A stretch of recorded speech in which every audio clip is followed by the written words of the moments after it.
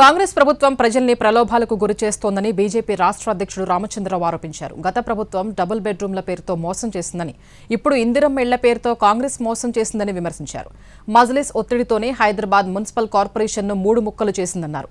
రానున్న municipal corporation ఎన్నికల్లో బీజేపీకి ఓటు వేసి గెలిపించాలని కోరారు.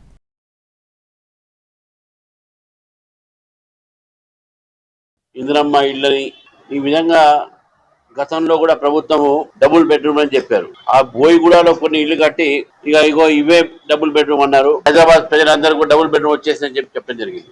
గత ప్రభుత్వం కూడా డబుల్ బెడ్రూమ్ పేరు మీద ప్రజల్ని మోసం చేసింది, పేద ప్రజల్ని.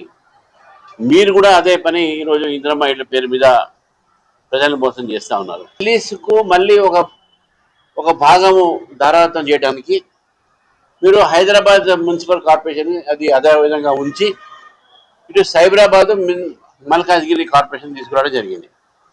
ఇది కేవలము మజ్లిస్ ఒత్తిడి మీద తీసుకురావడం జరిగింది. కేసీఆర్ గారు తుగ్లక్ పనిచేశారు అన్ని.